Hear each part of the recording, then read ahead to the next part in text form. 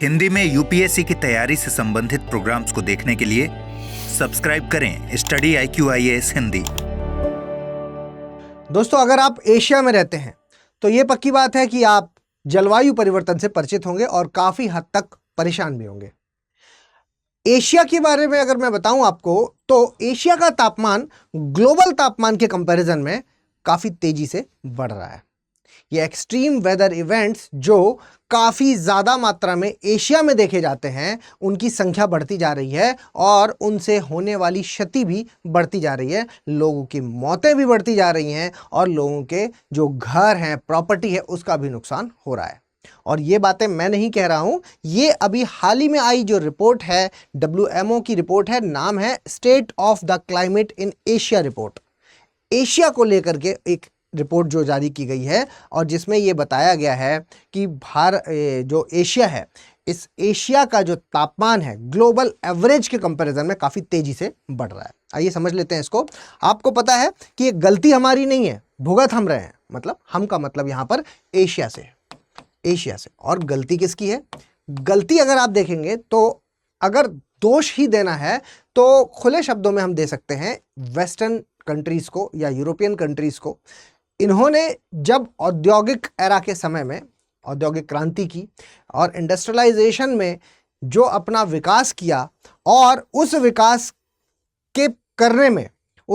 को करने में इन लोगों ने जो तापमान की वृद्धि कर दी है, कार्बन का जो उत्सर्जन कर दिया है, जिसकी वजह से आज टेम्परेचर है जो वो आसमान छू रहा है। एक्सट्रीम वेदर इवेंट्स का सामना एशिया को करना पड़ रहा है। यहां पर हीट वेव की समस्याएं बढ़ रही हैं। यहां पर आप अगर देखेंगे तो बाढ़ की समस्याएं हैं, जो फ्लड, वो काफी ज्यादा आ रहे हैं। बारिश है जो वो काफी ज्यादा आ रही है। साइक्लोन्स हैं जो वो यहां पर काफी ज्यादा आ रहे हैं। सूखा यहां पर काफी ज्यादा पड़ रहा है, सूखा। और तापमान के बारे में कहूं तो वो रिकॉर्ड टच कर रहा है ना। तापमान है जो वो रिकॉर्ड तोड़ हो रहा है, रिकॉर्ड टेम्परेचर।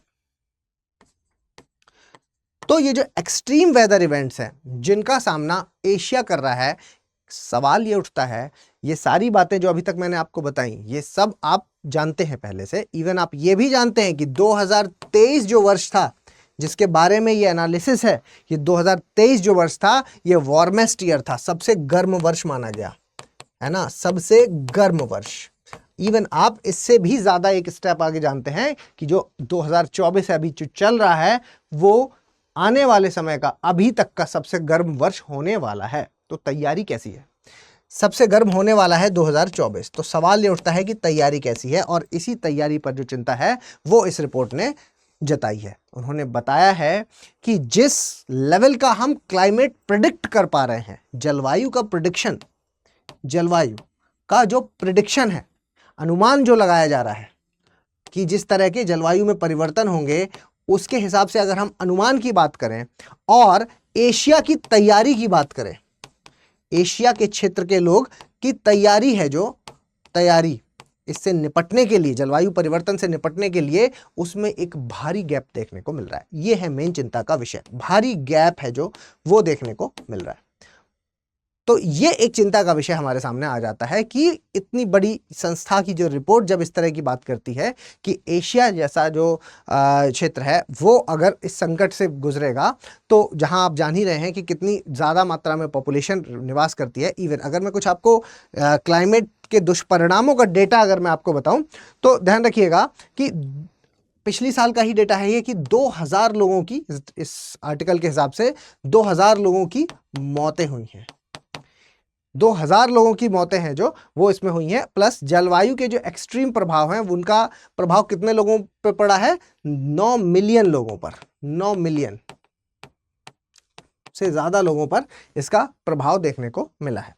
इसके अलावा सभी इवेंट्स में अगर देखेंगे तो मैक्सिमम जितने भी ये जो एक्सट्रीम वेदर इवेंट्स होते हैं, उनमें मैक्सिमम 80% है जो वो कौन से हैं? या तो तूफान, आंधियां, है ना, स्टॉर्म बोल सकते हैं आप, ठीक है, आंधियां, और या आप कह सकते हैं कि साइक्लोन्स, जिसकी वजह से बाढ़ आती है, फ्लड और जो ये तूफान आते हैं, ये एक बड़ी समस्या 80% रोल प्ले कर रहे हैं। इवन अगर आपको याद हो तो एक मोचा साइक्लोन आया था, एग्जाम्पल में आप मोचा लिख सकते हैं, मोचा, और ये सबसे ज़्यादा खतरनाक साइक्लोन माना गया 2023 का, जिसने दो हिस्से, एक म्यांमार और एक बांग्लादेश में सबसे ज़्यादा क्षति पहुंचाई। कहाँ कहाँ? म्यांमार और बांग्लादेश। म्यांमार और बांग्लादेश में सबसे ज़्यादा इसने क्षति पहुंचाई। तो इसके अलावा ये जो मैंने एक शब्द यहाँ पर हीट वेव लिखा था, हीट वेव, है ना, ये भी आपको ध्यान देने की जरूरत है कि मात्र हीट वेव से जो होने वाली मौतें हैं उसके आंकड़े के हिसाब से सिर्फ अप्रैल और जून में 110 मौतें हुई हैं। 110 अप्रैल और जून में। तो ये सारी चीज़ें क्या है कि चौंकाने वाली हैं कि इसकी वजह से इतने ज़्यादा एक्सट्रीम इवेंट्स हो रहे हैं। आपको अगर पता नहीं है हीट वेव क्या होता है तो मैं एक जनरल सेंस में आपको बता दूं कि अगर प्लेन एरिया में 40 डिग्री सेल्सियस से ऊपर चला जाता है तो हम उसको हीट वेव की कैटेगरी में रख देते हैं। वहीं अगर हम पहाड़ी क्षेत्र की बात करते हैं तो पहाड़ी क्षेत्र में 30 डिग्री के ऊपर अगर चला जाता है टेम्परेचर तो हम उसको हीट वेव की कैटेगरी में रख लेते हैं। और तटीय क्षेत्र में है जो, आप इसको 35 लिख सकते हैं, तटीय क्षेत्र में 35, ठीक है। और अगर और ज़्यादा आप अगर सिंपल डेफिनेशन चाहें इसकी तो ये भी हो सकता है कि अगर सडन इंक्रीज हो जाए तापमान में 1 घंटे के भीतर किसी एक जगह पर 5 डिग्री सेल्सियस, प्लेन्स में 5 डिग्री सेल्सियस की बढ़ोतरी हो जाए अगर, तो भी हम उसको हीट वेव कहेंगे। और अगर वही पहाड़ी क्षेत्र है तो यही 3 डिग्री सेल्सियस, ठीक है, 1 घंटे के भीतर अगर तापमान इस कदर बढ़ रहा है तो हम उसको हीट वेव की कैटेगरी में रख सकते हैं। और यहाँ से होने वाली मौतों का आंकड़ा आप देख ही चुके हैं। तो ये सारी जो प्रॉब्लम्स हैं ये एक बड़ा जो है आने वाले समय में एक बड़ी प्रॉब्लम बन के सामने आ सकती है। तो जिसके लिए हमें यहाँ पर तैयार होना होगा, ध्यान रखना होगा चीज़ों का कि किस तरीके से हमें मैनेज करना है, क्योंकि आज की स्थिति के हिसाब से हम रेडी नहीं हैं। और क्योंकि हम रेडी नहीं हैं तो देखिए अर्ली वार्निंग सिस्टम एक ऐसा सिस्टम है जिसकी वजह से आप क्या है कि पहले से पता कर लेंगे कि किस तरह के इवेंट होने वाले हैं। और अगर पहले से पूर्व चेतावनी होगी तो आप पूर्व तैयारी भी कर सकते हैं। और सॉल्यूशन की अगर बात करूं तो देखिए एक बड़ा सॉल्यूशन यहाँ पर, एक शब्द हमेशा याद रखिएगा और अपने मेंस आंसर राइटिंग में हमेशा इस शब्द का इस्तेमाल कीजिए, अंग्रेजी में जिसको एडेप्टेशन और हिंदी में अनुकूलन कहते हैं। अनुकूलन, अनुकूलन। देखिए आपको पता है कि क्लाइमेट में परिवर्तन हो रहा है, जो जलवायु है उसमें परिवर्तन हो रहा है, तो हमें भी अनुकूल बनना होगा उसके हिसाब से, जिसके लिए GM crops, genetically modified crops हैं जो, वो काफ़ी ज़्यादा इंपॉर्टेंट रोल प्ले कर सकती हैं, क्योंकि ये पेस्ट रेजिस्टेंट होती हैं। जो आपका टेम्परेचर वगैरह या जलवायु परिवर्तन जो हो रहा है उसी के हिसाब से ये बनी है, तो उनका ज़्यादा इफेक्ट इन पर होता नहीं है। तो फूड सिक्योरिटी की जो समस्या जलवायु परिवर्तन से जो सबसे बड़ी समस्या उत्पन्न होती है फूड सिक्योरिटी वाली, वो यहाँ पर नहीं होगी। तो जीएम क्रॉप्स का आप इस्तेमाल कर सकते हैं।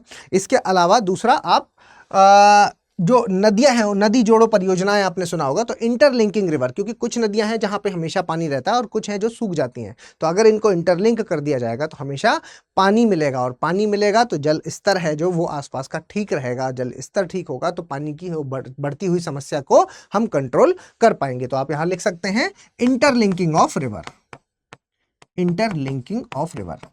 ये सब बहुत ऐसी चीज़ें हैं जो बड़े फॉर्डर पॉइंट हैं जो आपको आंसर राइटिंग के लिए बहुत हेल्पफुल होने वाले हैं, ठीक है। आप और सोचिए, आप जितने चाहे उतने लिख सकते हैं इसमें। आप नवीकरणीय ऊर्जा का इस्तेमाल, है ना, रिन्यूएबल एनर्जी लिख लीजिए, ईवी लिख लीजिए, इलेक्ट्रिकल व्हीकल, है ना, ईवी। क्योंकि अभी हाइड्रोजन तक पहुंचना तो समय लगेगा, है ना, वो तो भविष्य है, लेकिन ये जो ट्रांजिशन फेस है वो किसका है? इलेक्ट्रिक व्हीकल्स का। तो इलेक्ट्रिक व्हीकल्स को बढ़ावा दीजिए, क्योंकि ट्रांसपोर्टेशन से सबसे ज़्यादा जो कार्बन उत्सर्जन हो रहा है वो ट्रांसपोर्टेशन से ही हो रहा है, और ट्रांसपोर्टेशन से जो कार्बन उत्सर्जन उसको अगर रोकना है तो इलेक्ट्रिक व्हीकल्स एक अच्छा हमारे लिए विकल्प हो सकता है, ठीक है। तो ये सारी चीज़ें हैं जो मैं आपके साथ डिस्कस करना था। इन सभी से ओवरऑल हम किसको टैकल कर रहे हैं? ग्लोबल वार्मिंग, बढ़ती हुई ग्लोबल वार्मिंग है जो, ये इसको हम टैकल करने की कोशिश कर रहे हैं, ठीक है। चलिए, इसके अलावा मैं एक और इन्फॉर्मेशन आपके साथ साझा करना चाहता हूँ। ये काफ़ी इंपॉर्टेंट है क्योंकि हमारे स्टडी IQ IAS हिंदी में 2 वैकल्पिक विषय शुरू हो गए हैं, हिस्ट्री और PSIR। यहाँ पर आप देख पा रहे होंगे 6 मई से कक्षाएं हैं जो दोनों की प्रारंभ हो रही है, दोपहर को 1 बजे से। फीस रखी गई है 15,999 रुपये, अगर आप ओम लाइव कोड का इस्तेमाल करेंगे तो, ठीक है। इस कोड पर ही आपको ये फीस मिलेगी। इसके अलावा अगर आप P2I बैच की बात करें तो वो ऑलरेडी 26 अप्रैल से शुरू हो चुका है सुबह 8 बजे। अभी आप उसमें एडमिशन ले सकते हैं और यहाँ फीस है 29,999 ओम लाइव कोड का इस्तेमाल करने पर, और साथ में इस बैच के साथ आपको 18 किताबों का सेट दिया जा रहा है। कंफ्यूजन नहीं होना चाहिए बिल्कुल भी, ये हमारा P2I बैच है जिसमें 18 किताबों का सेट मिलेगा, और ये अलग से एक बैच है जो कि वैकल्पिक विषय, जो भी आपका वैकल्पिक विषय है, ऑप्शनल है, हिस्ट्री है तो हिस्ट्री, और अगर PSIR है तो PSIR, इन दोनों में आप स्टडी IQ में एडमिशन ले सकते हैं। और इसके अलावा किसी भी तरह की कोई कंफ्यूजन के लिए मेरे साथ आप टेलीग्राम पर जुड़ सकते हैं कि ओम द्विवेदी स्टडी IQ सर्च करके आप मेरे साथ जुड़ जाइए, और ये QR कोड है, इसको स्कैन करके भी जुड़ सकते हैं। जल्दी मिलेंगे अगले लेक्चर में, तब तक के लिए धन्यवाद।